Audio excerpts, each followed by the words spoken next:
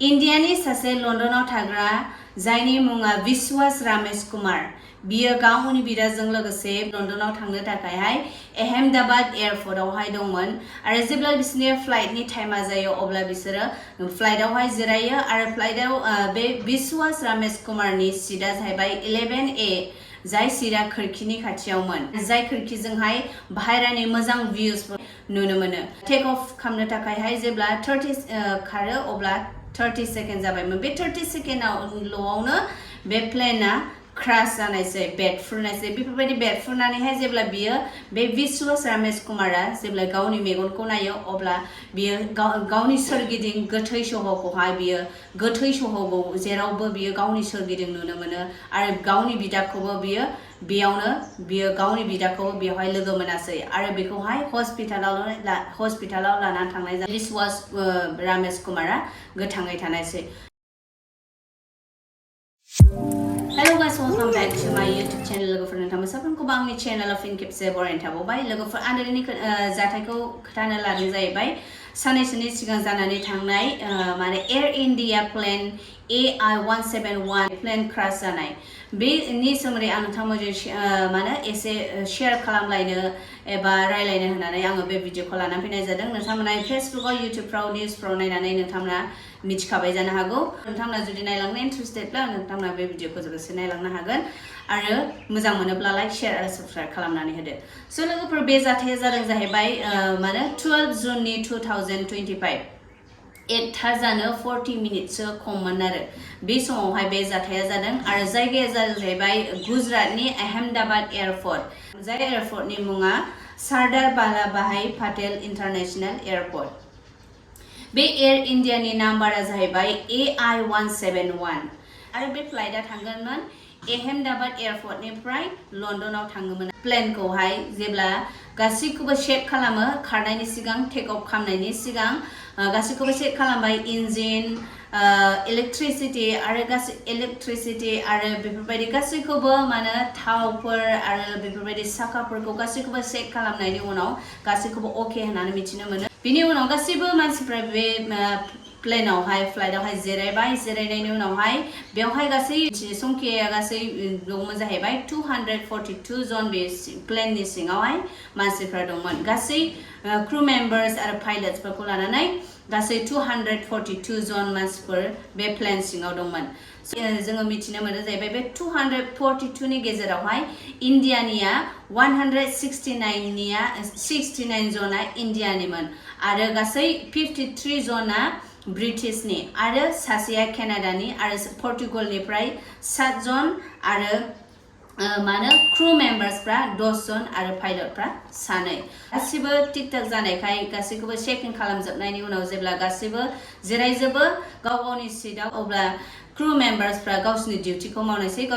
बिसोरो फोरोंनायसै जे माबायदि गावखौ माबा मोनसे जायोब्ला माबायदि गावखौ बासायनो हायो सीट बेल्टफोरखौ माबायदि गावनांगौ आरो जोङो गावखौ बासायनायजों लोगोसे गुबुनखौबो माबायदि बासायनो हायो क्रू मेम्बार्सफ्रा बेफोरबायदिनो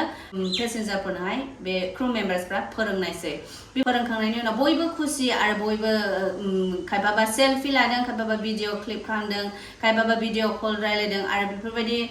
गावसिनि खुसिखौ शेयार खालामलायदों ओमफ्राय बेफोरबायदि खोथालायदों जे नै जोंना मानो प्लेनआ एबा फ्लाइटआ खारनोसै होननानै गावनि न'खरावहाय शेयार खालामलायदों फट' लादों सेलफि लादों बेफोरनि न'खरावहाय शेयार खालामलायदों बयबो हेपि गावबागाव न'खरावहाय लोगो मोनहैगोन खायफाबा स्टाडि खालामनो थांनो थाखायहाय बयबो खुसि एबा रेडि जानानै बयबो बे प्लेन सिङावहाय दंमोन बे सानै पाइलटनि मुङा जाहैबाय सासेनि मुङा सुमित सापरवाल आरो सासेनि मुङा साहा पालित बिसोर सानै पाइलटमोन आरो क्रू मेम्बार्सफ्रा आं दहाय नोंथांमोननो खोन्थाखाबाय 10 जनमोन ना गासै बेयावहाय बे फ्लाइटआवहाय 242 मानसिफोर दंमोन आरो गासैबो जेब्ला थिक जायो आरो क्रू मेम्बार्सफ्राबो गावसोरनि डिउटिखौ मावगासिनो दङ गावसोरबो फोरोंगासिनो दङ माबायदि गावखौ सेभ खालामनो हायो माबायदि अक्सिजेनखौ माब्ला बख'नांगौ मानांगौ बेफोरखौ गासै फोरोंजोबनायनि उनावहाय मोजाङै फोरोंजोबनायनि उनावहाय जेब्ला गासैबो थिक थाक जायो अब्ला केप्टेना गासै मानसिफोरनो खोन्थानायसै दि बे माने एयार इन्डिया प्लेनआ AI-17 प्लेनआ बियो माबानिफ्राय आहमेदाबादनिफ्राय लन्दनाव खारलांगोन होननानै केप्टेना खोथा बावनायसै दि बे फ्लाइटआ बेसेबां गोजौआवहाय बिरगोन बेखौबो बिसोरनो खोन्थानोसै बे बिरनाया जाहैबाय 43,100 फीट गोजौआवहाय बे प्लेनआ बिरगोन होननानै बिसोरनो खोन्थाखानायसै आरो बे आहमेदाबादनिफ्राय लन्दनसिमा बेसेबां गोजान बेसेबां किल'मिटार बेखौबो बिसोरनो खोन्थानोसै बेयो जाहैबाय 6,800 किल'मिटार आहमेदाबादनिफ्राय लन्दनसिमा सेफ लाखिनांगौ माबायदि गावखौ आरो गावनि लोगोखौ बासायनो हायो बेबायदिनो क्रू मेम्बार्सफ्राबो बिसोरनो खोन्थानोसै बेबायदि मोजाङै थाबाय आरो बेबायदि मोजाङै जानानैहाय टेक अफ खालामनोहाय 350 किल'मिटारसो खारग्रोनांगौ जायो ओमफ्राय बेबायदि खारनानैसो गोजौ बिदि बिरनो हायो आरो 625 फीट गोजौआवहाय बेफोरबायदिनो एसे गाहायहाङावहाय बिरगासिनो दंमोन अनलि 30 सेकेन्डल' जादोंमोन 30 सेकेन्ड जानायावनो हठात बे मा होनो केप्टेना 625 फीट गोजौआवहाय बे फ्लाइटआ बिरबाय थादोंमोन बिरनायावहाय अनलि 30 सेकेन्डल' जादोंमोन 30 सेकेन्ड जानायावनो हठादै बे मा होनो पाइलटआ सुमित सापरवाला बियो एयारपर्टआवहाय आहमेदाबाद एयारपर्टआवहाय कल खालामनायसै कल खालामनायाव हठादै बियो इमारजेन्सिनि हेल्प नांगौनि थाखाय बियो कल खालामनायसै मेडे कल खालामनायसै बे मेडे कलानो जाहैबाय इमारजेन्सिनि हेल्प माने आंनो जेसेबां हायो आंनो मोनसे हेल्प नांगौ जिखुनु एम्बुलेन्सआनो होन आर्मियानो होन जिखुनु मोनसे हेल्प नांगौ होननानै गासैखौबो हेल्प नांगौ लकेल पुलिसानो होन जिखुनु हेल्प नांगौ होननानै बियो कल खालामनायसै बे मेडे कलनि मिनिङानो जाहैबाय बेनो ओमफ्राय बिदि कल खालामनायनि उनाव 30 सेकेन्डल' जानायावनो एयार इन्डिया प्लेन AI-171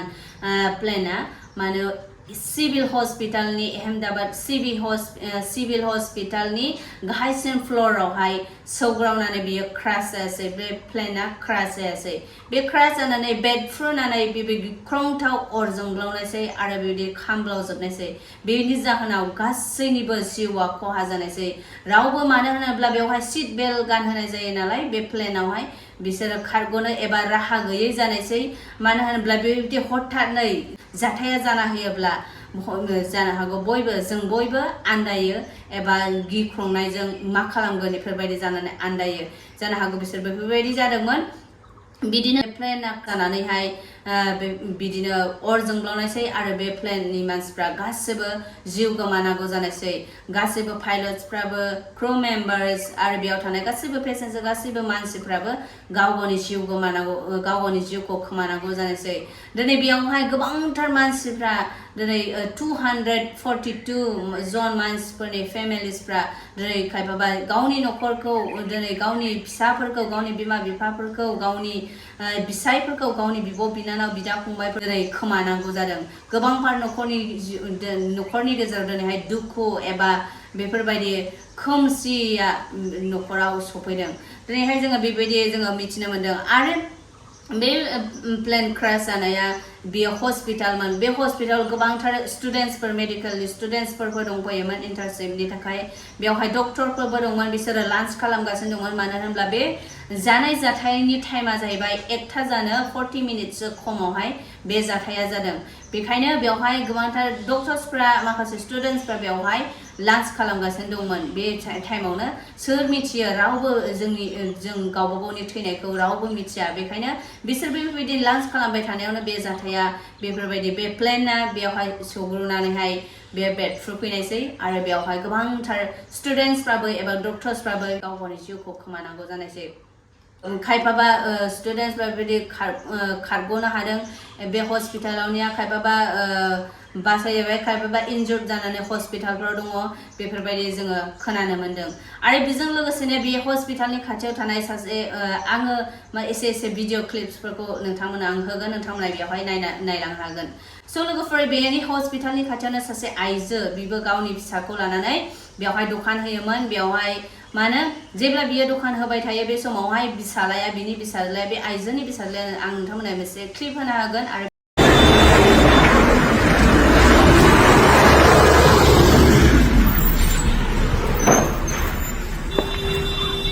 होनो हागोन नोंथांमोना नोंथांमोना नायनो हागोन लोगोफोर बेयावहाय बिनि बिसालाया जेब्ला बिमानोहाय लान्च लाबोना होफैयो लान्च लाबोनाय समावहाय बिसालाखौहाय बियो दखानाव दसे दोनथ'नानै बियो माबा मोनसे बुस्थुफोर लायनो थांदों मोनसे गोजानहाङाव बे समावहाय बिनि बिसालाखौ जेब्ला दखानाव गालांथ'यो अब्ला नो बे प्लेनआ माने बेवहाय क्रास जानानैहाय गोलायनानैहाय बेयाव बेरफ्रुनायसै बे समावनो बे गथ'आबो जिउ गोमानायसै बे समावहाय बे बिमाया जे बेसेबां गाबै गाबै बे गथ'खौ नागिरबायदों बे बिमायासो मिथिगौ बेसेबां दुखुजों ना दिनैहाय बेफोरबायदिनो बे बिमाया दिनै बेफोरबायदि खादै गावनि फिसाखौ नाथाय बेवहाय मोननो हायाखिसै मानोना बिनि फिसाया बेवहाय जिउ गोमाखाबायमोन एबा बेखौ सिनायनो हाखालामोन मानो होनब्ला बेवहाय खामग्लिजोब्बायमोन आरो बेखौहाय रावबो गावनि न'खरनि मानसिफोरखौबो सिनायनो हायै जाजोब्बायमोन बेवहायनि मानसिफोरनि थैनायनि जायफ्रा बेवहाय बे प्लेन क्रास जानायावहाय बेवहाय थैदों बिसिनि मोखांफोरखौनो बा महरफोरखौनो सिनायनो हायै जाबायमोन बे 242 नि गेजेराव सासेल' बासायजादों जायनि मुङा आं दहायबो खोन्थाखादों बिश्वास रामेश कुमार स्क्रिनाव नोंथांमोना नायनो हागोन बे मानो बिश्वास रामेश कुमारा बिथांनि सिटआ जाहैबाय 11A बे सिटआनो जाहैबाय खोरखि खाथियावमोन आरो बिथाङा गावबो मिथिया होनदों मारै गावगाबो शक जादों गावगा मारै बेनिफ्राय थैनायनिफ्राय बारग'खो आरो मारै बेबायदि बासायजाखो होननानै बे समावनो बेखौहाय हस्पिटालनि मानसिफ्रा बेखौ हस्पिटालाव लांनायसै आरो बेखौहाय ट्रिटमेन्ट खालामनायसै दा बेखौहाय गोथाङै दं होननानै जों मिथियो आरो जों गावनि मेगनजोंबो जों भिडिअसफ्रावहाय जोङो नुनो मोन्दों दिनैहाय गोबांथार मानसिफ्रा दुखु फोरमायदों आरो गोबांथार मानसिफ्रा बेयावहाय बे प्लेन क्रास जानायनि गेजेरजों खायफाबा जिउ गोमाबाय गावनि आंगोफोरखौ दिनै गोबांथार मानसिफ्रा बेवहाय खोमानांगौ जादों आरो बे जाथाया जादों जाहैबाय 12 जुननि 2025 टाइमा जाहैबाय 1टा जानो 40 मिनिटसो नांबावगौमोन आरो बिदियावनो बे जाथाया जादों लोगोफोर स' लोगोफोर दिनैनि भिडिअआ एसेनोसै जुदि दिनैनि भिडिअखौ नोंथांमोना मोजां मोनदोंब्ला लाइक शेयार आरो कमेन्ट खालामदो आरो साबस्क्राइब खालामनानै होदो लोगोफोर